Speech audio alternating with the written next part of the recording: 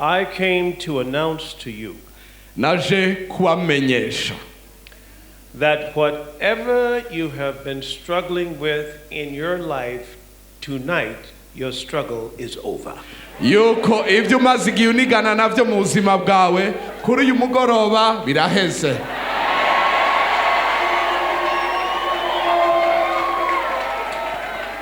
God is still working miracles. Imana iracakora ibitangaza. We're going to start our reading in Acts chapter 10.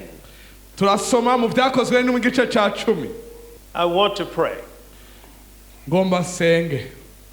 Father, we come before you in the name of Jesus. Data turaje imbere yawe mu izina rya Yesu. We thank you for your word tonight. Turagushimiye kubw'ijambo ryawe kuri We mugoroba. thank you for signs, wonders and miracles. Turagushimiye ibimenyetso n'ibitangaza. We thank you for deliverance tonight. Turagushimiye kubohoka. We thank you for revelation and understanding tonight. Turagushimiye kubw'aka kanya kuguhishurirwa no gutahura. I pray the anointing of God Ndasenze ngo amavuta y'Imana be upon me ambeko and these lips of clay, no kuri iminwa that yanje I may y'ibumba speak forth your word kugira ngo mvuge ijambo with ryawe excellence, accuracy and mu boldness. buryo butomoye bwiza cyane. I ask you to think through my mind. Ndagusabye mwami ngo Speak through my umpe lips. gutahurira mu byiyumviro byawe kandi uvugire mu kanwa kawe This word will come forth maze iri jambo riseruke unhindered, unchecked by any outside force. atakirizibiye atakirinze kurihagarika Now we ariko thank you, risohoke. Lord. We thank you, Lord. turagushimiye mwami We believe it's done. turizeye ko We bikoretse call it done. turavuze ngo In the birakoretse name of mu Jesus. izina rya Yesu. Can you agree with me? Say amen. namba tuvyemeye dusemerere amen. I want to read from Acts chapter 10 and verses 34 and 35. reka dusome ibyakozwe no mu gice cya 10 umurongo wa 34 na 35. Then Peter opened his mouth and said, Of a truth I perceive that God is no respecter of persons, but in every nation he that feareth him and worketh righteousness is accepted with him. Petero yanzika kuvuga ati nukuri niyo nkimenya yuko Imana itarobanura abantu ku butoni, ariko mahanga yose uyubaha agakora ibyo kugororoka iramwemera.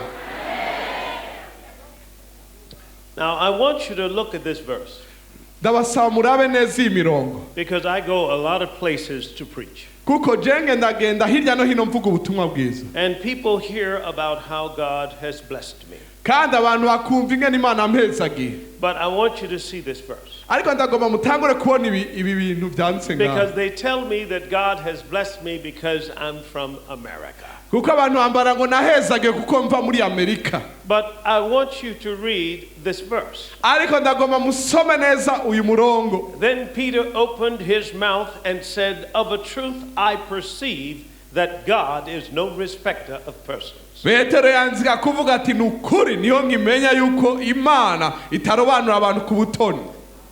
That means that whatever God will do for Bill Winston, he will do for you.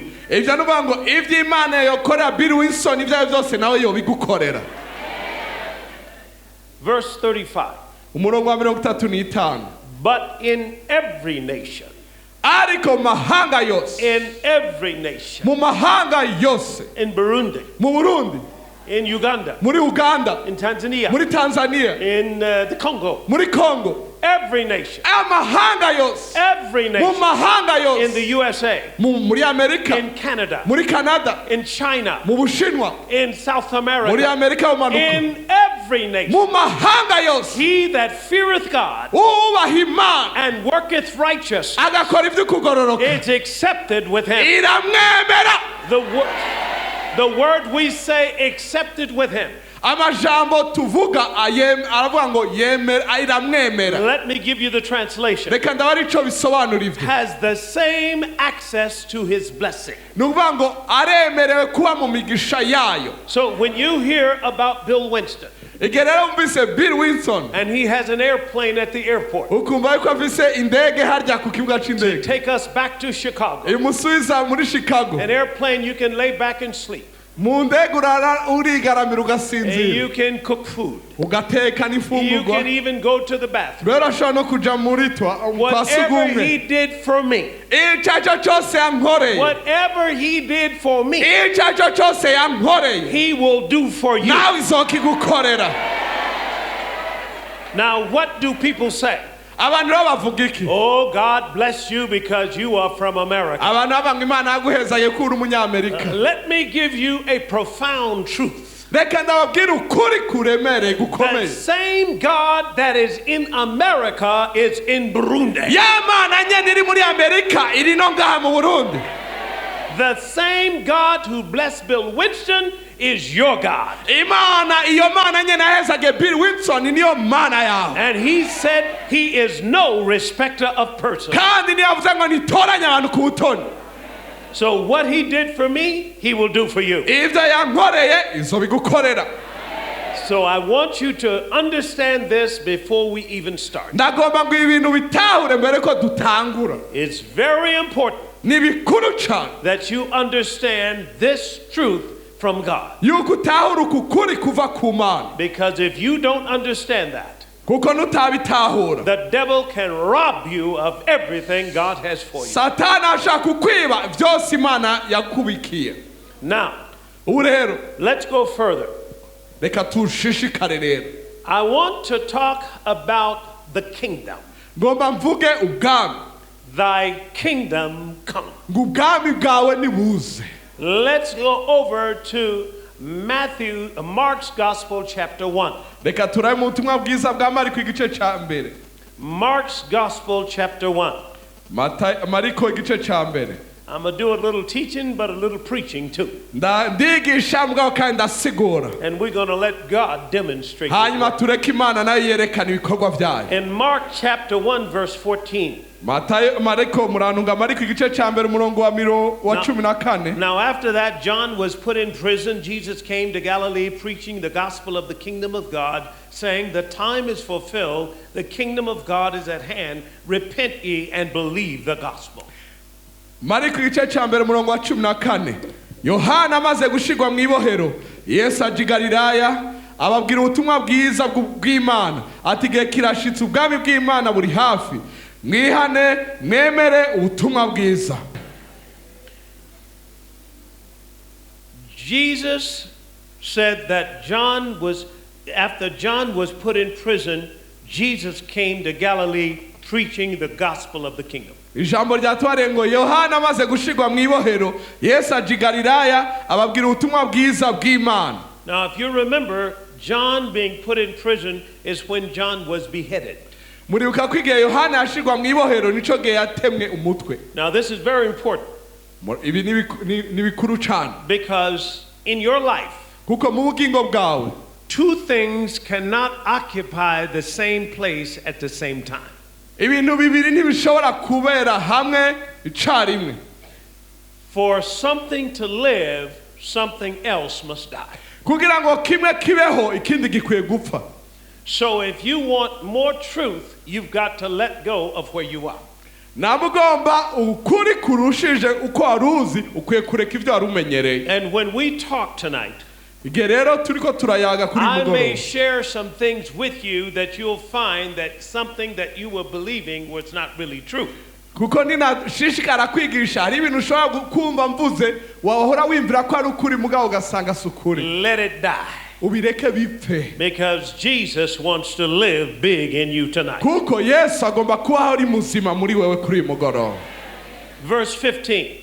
umurongo wa cumi na gatanu. Now it says that he came preaching the gospel of the kingdom. ngo yaje yigisha ubutumwa bw'ubwami bw'imana. Now he didn't say gospel of the denomination. ntiyaje avuga ubutumwa bw'idini. We have Baptists. turafise We ababatiste. have Presbyterian. turafise abapresbiterian. We have Foursquare. turafise We abafosquare. have all kinds of churches. turafise amashengero atandukanye. He didn't preach that. ntiyaje avuga ubutumwa bwa bene He preached the amashengero. gospel of the kingdom. yaje avuga ubutumwa bwiza bw'ubwami. You see, many times in our churches, kenshi mu mashengero yacu we have preached the gospel of salvation. twaravuze ubutumwa bwo kwihana. That is, get saved so you can go to heaven. ukizwa kugira ngo uje mu ijuru. Well, that's good. kandi ivyo ni But vyiza that's only a part of the gospel. ariko ico ni igice kimwe c'ubutumwa bwiza. Jesus preached the gospel of the kingdom. Yesu yigishije ubutumwa bwiza bw'ubwami. What kind of gospel is that? Mbega ubwo butumwa bumeze gute? That's the gospel that brings heaven down to ubwo earth. ni ubutumwa buzana ijuru rikaza ku You isi. see, God plans for you to live just like heaven on earth. Imana yateguye ko ubaho nk'uri mu ijuru uri ngaha ku isi. So what is he saying? Aha rero aravuga ngo The iki? time is fulfilled. Ati igihe The kirashitse, kingdom of God is at hand. ubwami bw'Imana buri hafi. Repent Mwihane and believe the gospel. mwemere ubutumwa bwiza. What does repent mean? Mbega iri jambo ngo mwihane It rivuga iki? simply means change your thinking. Ruvuga ngo risobanuye gusa ngo hindura ivyumviro vyawe. What had happened? Habaye The iki? devil had infested our mind with wrong thinking. Satani yinjije ibintu bibi mu vyumviro vyacu. Wrong thinking, Kwiyumvira nabi, wrong believing, tugaca twizera nabi, wrong actions. tukemera nabi hanyuma tugakora nabi. And what happens? Ivyabaye rero ni The iki? same place you are this year is the same place you were last year. aho and the year before. aho uri muri uyu mwaka niho nyene mu mwaka uzokwisanga n'umwaka ukurikira niho wisanga. You see, God's promise to you Imana is yarasezeranye that you increase more and more, you and your children. yuko mwebwe mugwira mugatunganirwa mwebwe n'abana banyu. So if you're not increasing in your life, Rero namwe utatunganirwa mu bugingo maybe you bwawe, got a hold of a bad gospel. rero utegerezwa ko warumvise ubutumwa butari bwo. I'm here to tell you tonight, Ndi ngaha kukubwira ngo whatever has been holding you back, ngo ibimaze igihe bikuzibiye tonight must let you go. kuri uyu mugoroba utegerezwa kurekura. He said, repent and believe the gospel. Aravuga ngo mwihane mwemere ubutumwa bwiza. Now let me share with you something about the gospel. Reka ndababwira ikintu kimwe kijanye n'ubutumwa The bwiza. gospel to the natural mind is not reasonable. Ubutumwa bwiza kuri ubu bwenge busanzwe ntibutahurika. He told Abraham he was going to have a child and that he would inherit the world. Imana yabare ngo ibwira Aburahamu ngo azovyara umwana kandi isi The izomwegukira. Bible calls that the gospel.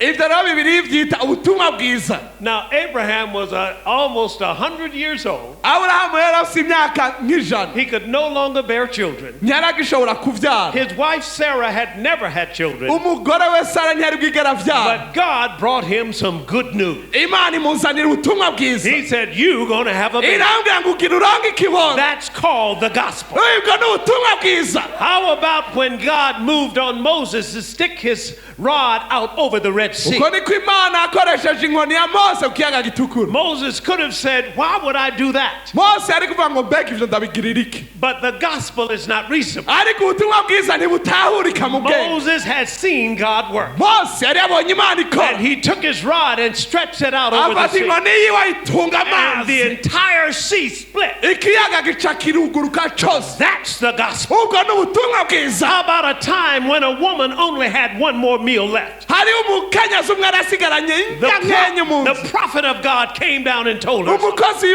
umuvugishwa n'Imana araza He aramubwira. said, feed me. Arambwira ngo tanga She said, urungaburire. I only have one meal. Ati sigaranye indya nkeya. He said, I tell you what, Aramubwira thus saith the Lord, ati uku niko the waragize. barrel of your meal shall not waste, Indya zawe ntizizohera. neither shall the cruse of oil fail, Kandi nayo mavuta until the ntazokama. day the Lord sends rain upon the Gushikaho earth. Imana izorungikira And the imvura. Bible says she heard the gospel, Bibiliya iravuga ngo yumvise and she ubutumwa went bwiza. and did what the man of God Hama said. yemera icyo umukozi And w'Imana every amubariye. time she went back to the barrel, it had more Igihe meat. cyose yaja mu mufuka I'm kuraba. telling you tonight, Ndababwira kuri uyu I mugoroba. came to preach the gospel. Naje kuvuga ubutumwa bwiza.